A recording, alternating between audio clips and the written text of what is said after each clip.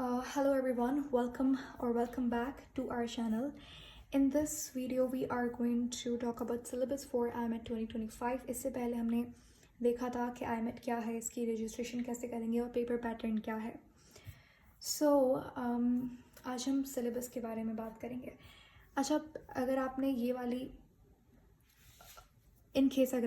Video नहीं देखी तो वहाँ पे आई वांट कि आप सबसे पहले तो ये देखो कि IMET का पैटर्न क्या है, कितने क्वेश्चंस हैं. 60 क्वेश्चंस हैं. मैं समराइज़ करके आपको यहाँ पे बहुत क्विकली बता देती हूँ. देखो 60 क्वेश्चंस हैं.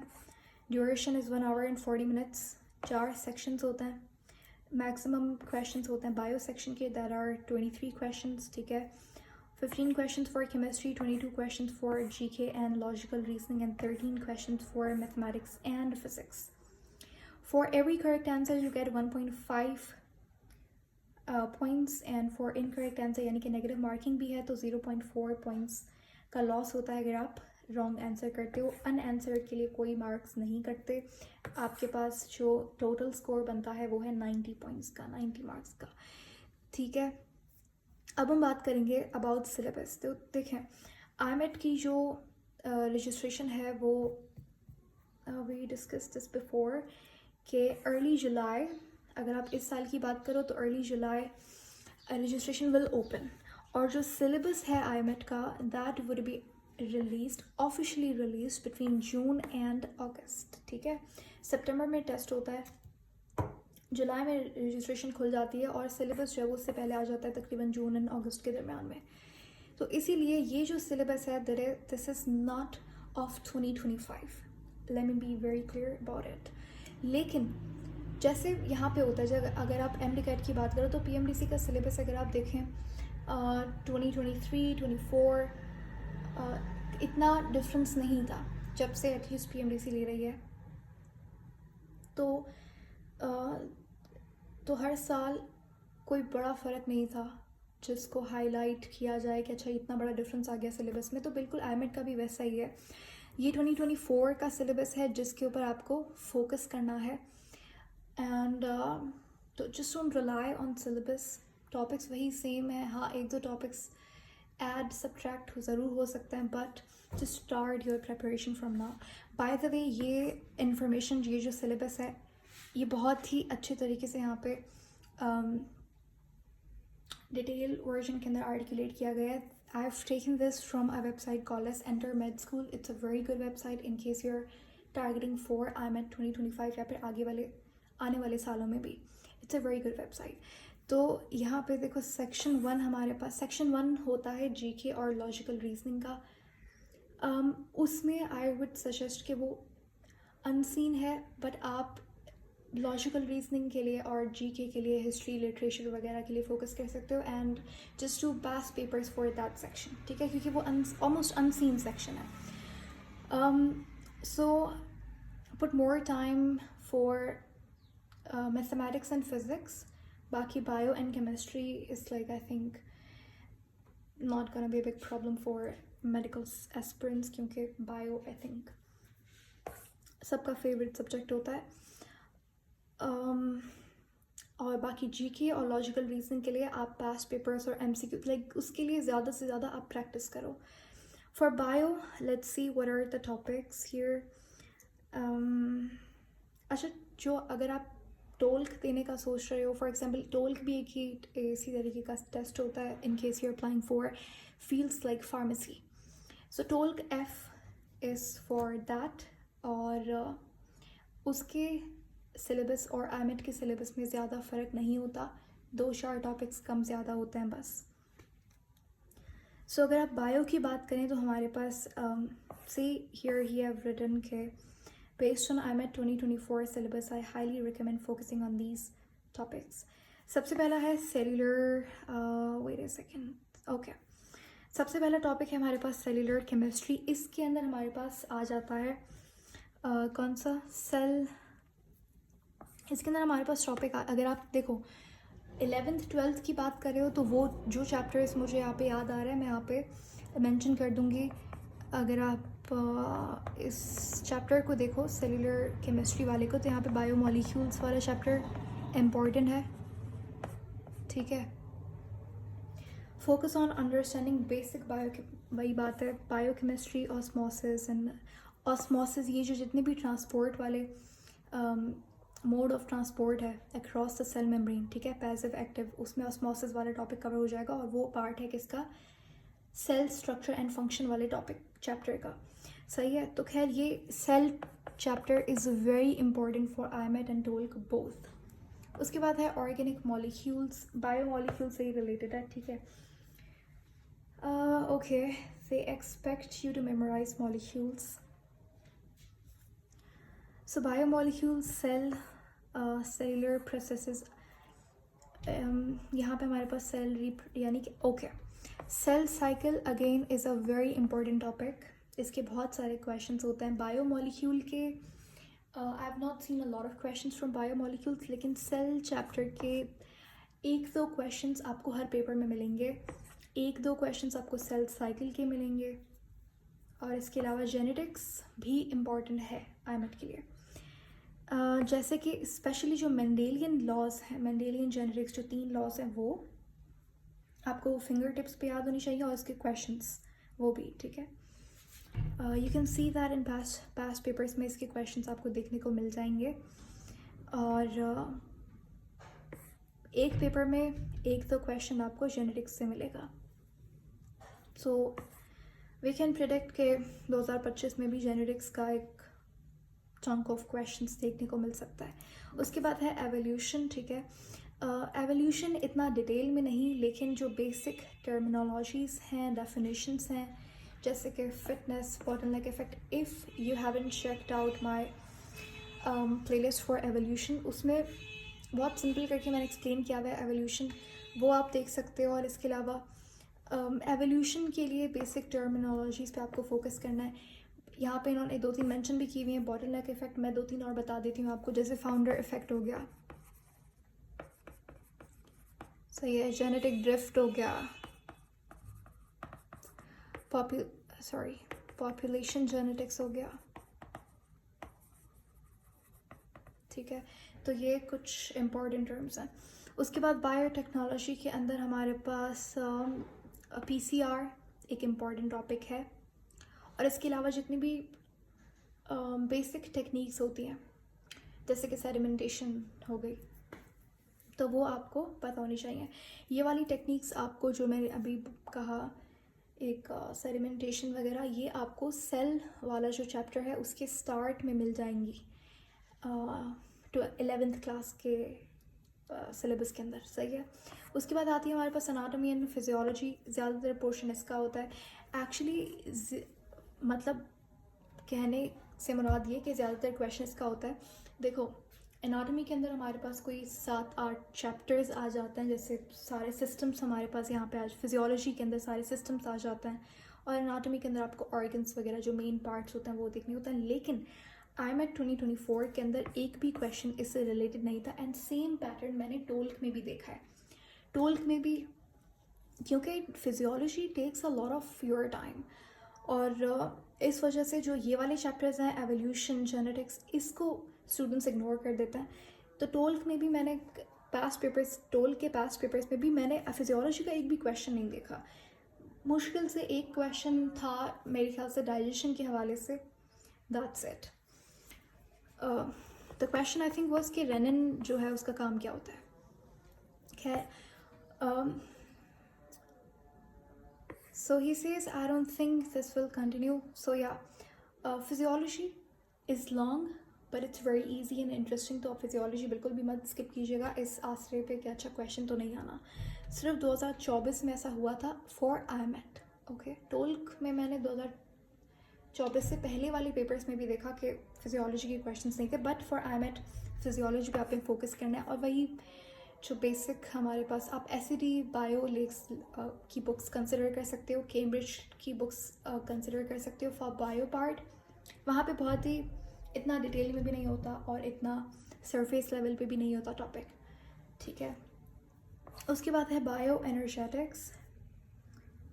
यहाँ पे हमारे पास जस्ट फेयर आइडिया होना चाहिए आपको ऑफ 2 प्रोसेसेस ज़ाहिर है, एक हमारे पास होगा फोटोसिंथेसिस और दूसरा सेल्यूलर रेस्पिरेशन, ठीक है। अच्छा, रेस्पिरेशन वाला जो ये टॉपिक है, अब ये टॉपिक बहुत ही वास्ट टॉपिक है, इसमें आपको बहुत सारी टर्म्स याद करनी होती हैं अगर आप MCAT के लिए प्रिपेयर कर रहे हो, लेकिन IMET का पैटर्न डिफरेंट होता है। IMET के अंदर you don't need to mug up everything, all information. IMET is more a concept based test. तो बहुत कभी कभी बहुत सिंपल क्वेश्चन आता है कि you'll be like okay that was very easy. तो बिल्कुल ऐसा क्वेश्चन आपको देखने को मिलता है। जैसे मैं आपको एग्जांपल देती हूँ, IMET के पास्ट पेपर्स में रेस्पिरेशन के हवाले से कैसे क्वेश्चंस आए हुए हैं। दे हैव आस्क्ड, बताओ ग्लाइकोलिसिस कौन से पार्ट ऑफ सेल में होता है। That was the question, that's it. तो ऑफ कोर्स साइटोप्लाज्म में होता है, ठीक है। और इस तरीके का क्वेश्चन था, बहुत बेसिक क्वेश्चंस थे इन टॉपिक से, लेकिन अगर आप अच्छे से पढ़ते हो so that is very good. Then coming to chemistry के अंदर हमारे पास मैटर कॉन्स्टिट्यूशन यहाँ पे आ जाते हैं। जो चैप्टर्स मुझे इंपॉर्टेंट लगता है I am going to mention it here, जो 11th 12th से रिजेंबल करते हैं। Okay, I would say stoichiometry सही है। इसके अलावा जो स्ट्रक्चर है, स्ट्रक्चर ऑफ एटम, वो आना चाहिए आपको। और ये लिखा हुआ है यहाँ पे एटॉमिक स्ट्रक्चर, और जितना भी बेसिक है ना, जैसे इलेक्ट्रॉनिक कॉन्फ़िगरेशन इंपॉर्टेंट है, इलेक्ट्रॉनिक कॉन्फ़िगरेशन आपको आनी चाहिए। एक तो KLMN वाली कॉन्फ़िगरेशन और उसके बाद SPDF, ये दोनों कॉन्फ़िगरेशंस आपको बहुत अच्छे से आनी चाहिए। पीरियोडिक टेबल एक बहुत ही इंपॉर्टेंट टॉपिक है IMET के लिए। और ये जो SP ब्लॉक और जो D ब्लॉक वाले चैप्टर्स हैं, 11th में नहीं 12th क्लास की केमिस्ट्री में जो SP ब्लॉक और D ब्लॉक यानी कि ट्रांजिटिव एलिमेंट्स, ये दोनों चैप्टर्स एटलीस्ट आपको बेसिक तो इनका पता हो, सही है। उसके बाद केमिकल बॉन्ड के मैंने बहुत सारे क्वेश्चंस देखे हैं आयोनिक और कोवलेंट से रिलेटेड। ऑर्गेनिक के क्वेश्चंस इतने ज़्यादा नहीं होते, लेकिन ऑर्गेनिक भी होती है, मतलब जितनी डिटेल्ड ऑर्गेनिक MCAT के लिए होती है और नीट के लिए होती है, उसका आई थिंक 50% IMET के लिए आपको पढ़ना पड़ता है, वहाँ पे तो बहुत डिटेल में होती है। So now let's read it out.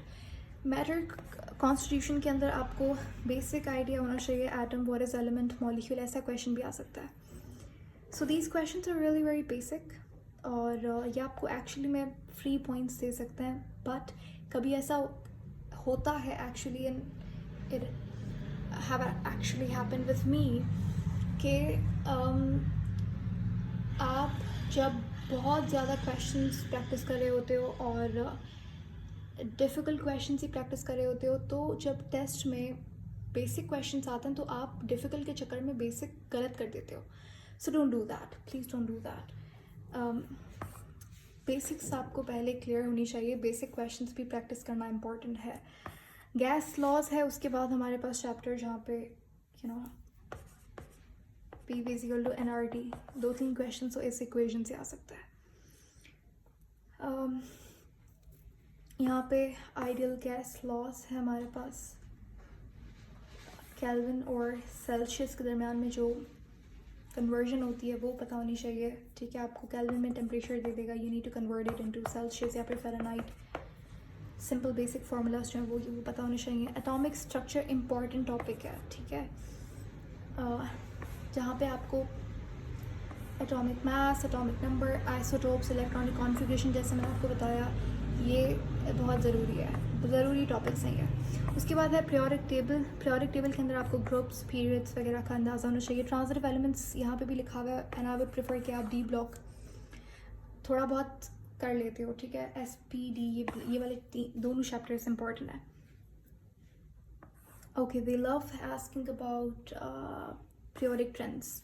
अब ये जो पीरियोडिक ट्रेंड्स हैं, यहाँ पे तो उन्होंने पीरियोडिक टेबल वाले चैप्टर के अंदर लिखा हुआ है, लेकिन अगर आप 12th की केमिस्ट्री बुक उठाएंगे किसी भी बोर्ड की, तो वहाँ पे जो पीरियोडिक ट्रेंड्स हैं वो कवर किए गए हैं कौन से चैप्टर में, SP वाले चैप्टर के अंदर, मतलब पीरियोडिक टेबल वाले चैप्टर में ही, सही है। तो ये पीरियोडिक ट्रेंड्स, जैसे इलेक्ट्रोनेगेटिविटी का ट्रेंड क्या है, डाउन द ग्रुप क्या होती है, डिक्रीज़ होती है, लेफ्ट टू राइट क्या इंक्रीज, तो ये ट्रेंड्स सारे आपको पता होने चाहिए। उसके बाद और भी जितने भी ट्रेंड्स हैं ये। फिर है इनऑर्गेनिक केमिस्ट्री के अंदर nomenclature, properties and types of inorganic compounds. यहाँ पे आपको मेटल्स यानी कि जितने बॉन्ड्स हैं ना, कोवलेंट, आयोनिक और मेटालिक बॉन्ड्स। मेटालिक बॉन्ड के मेरे ख्याल से मैंने आयोनिक कोवलेंट के तो क्वेश्चंस आपको देखने को मिलते हैं, मेटालिक के भी मैंने 1-2 बार क्वेश्चंस देखे थे। अच्छा, केमिकल रिएक्शंस एंड देखो स्टोइकियोमेट्री यहाँ पे इन्होंने लिखा हुआ है। तो इस चैप्टर के अंदर concept of mole, Avogadro number, stoichiometric calculations, इन सब कैलकुलेशन का आपको बेसिक आइडिया होना चाहिए। और आईमेट के अंदर कैलकुलेटर अलाउड नहीं होता, तो डेफिनेटली आपको बेसिक मैथ्स कैलकुलेशन भी आनी चाहिए। और इसके बाद जो फार्मूलाज होता है, you know, number of moles is equal to number of atoms in a mole, number of atoms in a given sample, ये सारे फार्मूलाज जो हैं 2-3 फार्मूलाज ये स्टोइकियोमेट्री वाले चैप्टर में, वो पता होने चाहिए। उसके बाद solution, okay, this is another very important topic. आपको वो पूछ लेते हैं, उन्होंने कंसंट्रेशन गिवन होती है और आपको वो पूछते हैं कि बताइए ये सॉल्यूबल होगा, इसकी सॉल्युबिलिटी इतनी है। तो मतलब मुझे क्वेश्चन अभी एग्जैक्टली नहीं याद, लेकिन सोल्यूशन के चैप्टर क्वेश्चंस होते हैं, बिल्कुल होता है। ट्वेल्थ में भी 1-2 क्वेश्चंस थे, केमिस्ट्री के एक पेपर में 2 क्वेश्चंस एक साथ ही इस चैप्टर के थे, सही है। तो this is another very important chapter. इसके अंदर आपको solvent properties of water, solubility and method for expressing concentration, ये आपको पता होनी चाहिए। ओके ओके, यहाँ पे उन्होंने वही बात की हुई है कि जो कैलकुलेशंस हैं, मैं बता रही हूँ आपको कि जो सोल्यूशन वाला चैप्टर है, यहाँ पे आपको बेसिक प्रॉब्लम वाले, वर्ड प्रॉब्लम तो नहीं कह सकते आप, लेकिन कैलकुलेशन वाले क्वेश्चंस देखने को मिलते हैं यहाँ से, ठीक है। आपको सॉल्यूट कंसंट्रेशन दे देगा और कहे बताइए कि ये सैचुरेटेड सोल्यूशन है या फिर अनसैचुरेटेड या फिर सुपर, ये जो क्वेश्चन है सुपर, ये सैचुरेशन वाले, ये भी बहुत कॉमन है। उसके बाद equilibrium in aqueous solution, chemical kinetics का बेसिक्स आपको पता होना चाहिए। रिडॉक्स रिएक्शन, हाँ, आपको एक रिएक्शन दे देगा और इसमें कहेगा कि बताइए यहाँ पे, जैसे फॉर एग्जांपल कॉपर है, तो कॉपर क्या हो रहा है, ऑक्सीडाइज, रिड्यूस, या फिर इस तरीके का क्वेश्चन। उसके बाद एसिड एंड बेसिस, यहाँ पे एसिडिटी, न्यूट्रलिटी, ये सारे टॉपिक्स यहाँ पे लिखे हुए हैं। आपको कि एक ही वैल्यू दे देगा, नहीं, मुझे क्वेश्चन याद आ रहा है, उसमें उसने लॉग के अंदर, I don't know, just a second, think उसने क्वेश्चन दिया था कि एक एसिड है और उसकी कंसंट्रेशन इतनी है, बताइए उसकी एसिडिटी क्या होगी। इस तरीके का कोई क्वेश्चन था इन सम पास्ट पेपर ऑफ आईमेट, मुझे क्वेश्चन सभी याद नहीं आ रहे, लेकिन होपफुली हम लोग क्वेश्चंस भी देखेंगे इन केस यू वांट इट। इसके बाद कैलकुलेट, ओके, या आई गॉट इट, हाँ, पीएच वाले क्वेश्चन थे एग्जैक्टली। सो वो आपको कंसंट्रेशन दे देगा और पूछेगा कि इसकी पीएच क्या है, हाइड्रोजन वैल्यू दे देगा, बताइए इसकी पीएच क्या है, तो वही माइनस का लॉग निकालेंगे आप उस वैल्यू का, ठीक है। ये 2024 में इस तरीके के क्वेश्चंस आए थे। Then we have organic chemistry. Organic chemistry में आपको कार्बन बॉन्डिंग, कार्बन की जो जितनी भी प्रॉपर्टीज़ हैं वो आपको बतानी चाहिए। आइसोमर्स इंपॉर्टेंट टॉपिक है, ठीक है। ये तो जो फंडामेंटल्स ऑफ ऑर्गेनिक केमिस्ट्री है, वहाँ पे ये सारे टॉपिक्स कवर हो जाते हैं। कभी कभी वो आपको फंक्शनल ग्रुप है उनके फार्मूलाज भी पूछ लेता है, जैसे एल्डिहाइड का फार्मूला क्या है, इस तरीके से, तो CHO, सब बेसिक क्वेश्चंस थे। Then we have maths and physics. ये देखो केमिस्ट्री और बायो में नंबर आ जाते हैं, दैट्स नॉट अ प्रॉब्लम, लेकिन जहाँ पे जो कंपटीशन है वो अराइज होता है, that is this section, maths and physics. Maths के अंदर हमारे पास ये टॉपिक्स होते हैं, यानी कि मतलब जो बेसिक मैथ्स होती है आपको वो कवर करनी है, सही है, जिसके अंदर functions, geometry, probability and statistics, standard deviation और functions important है, ज्योमेट्री भी, और ये जितने भी टॉपिक्स यहाँ पे लिखे हुए हैं ये इम्पॉर्टेंट हैं मैथ्स के लिए. इसके अलावा भी आई वुड से कि जो आपके पास बेसिक मैथ्स होती है और maths reasoning is very important, उसकी आप क्वेश्चंस प्रैक्टिस कर सकते हैं. ठीक है. और जितना भी आपके पास बेसिक मैथ्स होती है, जैसे कि फॉर एग्जांपल अगर मैं आपसे कहूँ एवरेज वाले क्वेश्चंस हो गए, मीन मीडियन मोड वाले क्वेश्चंस हो गए, परसेंटेज, प्रॉफिट लॉस, ये सब कुछ आपको आना चाहिए. I think this is very basic. और अगर आपको सच में अच्छा स्कोर करना है तो इस हवाले से आपको मैथ्स की प्रॉब्लम्स की प्रैक्टिस करनी होगी. मैथ आई वुड से इसके लिए आप प्रैक्टिस और पास्ट पेपर्स को जितना हो सकता है उसको देखें. Okay, last we have physics. Physics के अंदर आपको जो काइनेमैटिक्स और डायनेमिक्स, थर्मोडायनेमिक्स और इलेक्ट्रिसिटी एंड इलेक्ट्रोमैग्नेटिज्म, ये जो एन सर्कल टॉप चैप्टर्स मैंने यहाँ पे किए हैं, these are very important for IMAT. 2024 में भी इन जो 90% फिजिक्स थी वो इन्हीं चैप्टर से थी. काइनेमेटिक्स के अंदर हमारे पास बेसिक जो वेलोसिटी वगैरह वाले क्वेश्चंस होते हैं वो. अब यहाँ पे देख लेते हैं कि ये लोग क्या कह रहे हैं. फिजिकल क्वांटिटीज़ एंड मेजरमेंट वाला जो चैप्टर है, वेक्टर ऑपरेशंस भी इम्पॉर्टेंट है, और उसके बाद यूनिट कन्वर्जन भी आपको आनी चाहिए. फिजिकल क्वांटिटी स्केलर है या vector, that is important. Kinematics के अंदर हमारे पास मोशन और मोशन के जितने भी एस्पेक्ट्स हैं, यानी कि जितनी भी रिलेटेड टर्म्स हैं, displacement, distance, velocity, acceleration, gravity, weight, ये सब कुछ, फोर्स की टाइप्स वगैरह, फ्रिक्शन, ये सारे टॉपिक्स बहुत इंपॉर्टेंट हैं. ओके, टाइप्स ऑफ मोशन जैसे यूनिफॉर्म मोशन. अच्छा, यूनिफॉर्म वेलोसिटी, वेरिएबल वेलोसिटी, इससे भी क्वेश्चंस आते हैं. सो बेसिक काइनेमेटिक्स के फॉर्मूलाज आपको पता होने चाहिए and you will be good. Okay, harmonic motion और जो चैप्टर्स यहाँ पे नहीं मेंशन जैसे कि सर्कुलर मोशन, तो इन्होंने जब यहाँ पे लिखा है ना टाइप्स ऑफ मोशन, तो आपने सर्कुलर मोशन भी कंसिडर करना है. यहाँ पे इन्होंने नहीं लिखा सिंपल हार्मोनिक मोशन, लेकिन यहाँ पे तो लिखा है types of motion. So do not take risk, आपको पढ़ना पड़ेगा सब कुछ, एटलीस्ट बेसिक्स आपको पता होने चाहिए. And then we have dynamics. इसके अंदर आपको फोर्स और उसकी इंटरेक्शन एंड जितना भी principle of dynamics and dynamics आप पूरा कवर करो. I think that would be great अगर आप अच्छे से काइनेमेटिक्स एंड डायनामिक्स करते हो, क्योंकि दोनों इंपॉर्टेंट चैप्टर्स हैं. थर्मोडायनामिक्स और ये वाले जो चैप्टर्स हैं, थर्मोडायनामिक्स, आई वुड से यहाँ पे जो भी लिखा हुआ है इसको इग्नोर टोटली मत करें, लेकिन सिर्फ इस पे बाउंड, मतलब इस टॉपिक्स पे लिमिटेड मत हों for your preparation for IMAT. Thermodynamics के लिए आई वुड से कि आप अच्छे से जो एमटीकैट का सिलेबस है उसमें सारी चीज़ें कवर हो रही हैं. सो मेक श्योर कि आप पढ़ रहे हैं अच्छे से. थर्मोडायनामिक्स वाला चैप्टर इन डिटेल पढ़ें. इलेक्ट्रिसिटी और इलेक्ट्रोस्टैटिक्स भी इम्पॉर्टेंट है, क्योंकि इलेक्ट्रोस्टैटिक्स नहीं पढ़ेंगे तो इलेक्ट्रिसिटी नहीं आएगा.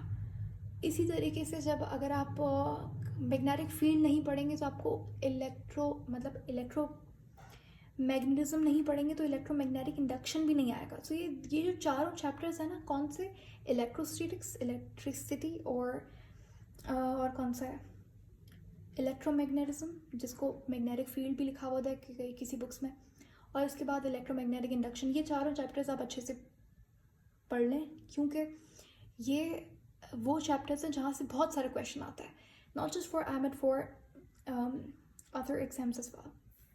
So these are important chapters. Thermodynamics इतना, और ये chapters इतने मुश्किल नहीं है. These are interesting chapters for physics, in physics, ठीक है. तो thermodynamics आप अच्छे से पढ़ें ये दोनों chapters, और fluid mechanics भी यहाँ पे क्योंकि इन्होंने mention किया हुआ है तो आप इसे भी consider करें. Okay, यहाँ पे ये लोग लिखते हैं about the properties and behavior of fluid. ये topic इतना ज़्यादा पूछा नहीं जाता, लेकिन एक दो क्वेश्चन यहाँ से आ सकता है. थर्मोडायनामिक्स के अंदर equilibrium, temperature, state change, loss of perfect gases and these type of questions. Although जो पुराने वाले IMET के पेपर्स हैं, जितने भी पास्ट पेपर्स, वहाँ पे आपको थर्मोडायनेमिक्स से इतनी क्वेश्चंस नहीं मिलेंगे, लेकिन अब जो IMETs हो रहे हैं आफ्टर 2023 या फिर 2020 से, उसके बाद थर्मोडायनेमिक्स एक इम्पॉर्टेंट चैप्टर है फॉर फिजिक्स पार्ट. ये वाला अगर आप सेक्शन कंसिडर करें इलेक्ट्रिसिटी वाला, तो यहाँ पे आपको इलेक्ट्रिक चार्ज, फील्ड, अब देखो ये इलेक्ट्रिक चार्ज को समझने के लिए आपको you need to go back in electrostatics, जो कि यहाँ पे नहीं लिखा हुआ. इलेक्ट्रिसिटी में आप करंट पढ़ते हो, इलेक्ट्रिक चार्ज की प्रॉपर्टीज़ वगैरह आप इलेक्ट्रोस्टैटिक्स में पढ़ते हो. तो ये जो 4 चैप्टर्स मैंने मेंशन किए हैं ये इम्पॉर्टेंट हैं. उसके बाद potential energy in circuits and magnetic field and electromagnetic induction. See electromagnetic induction भी इन्होंने मेंशन किया हुआ है. सो ये जो अब इस चैप्टर के अंदर बहुत सारे फार्मूलाज हैं, और फार्मूला से भी ज़्यादा बहुत सारे यूनिट्स हैं. मैग्नेटिक फील्ड के 3-4 यूनिट्स हैं, तो उन यूनिट्स का conversion that is important. Ohm's law. So these are the important topics for physics. I hope this might help, and yeah, thank you.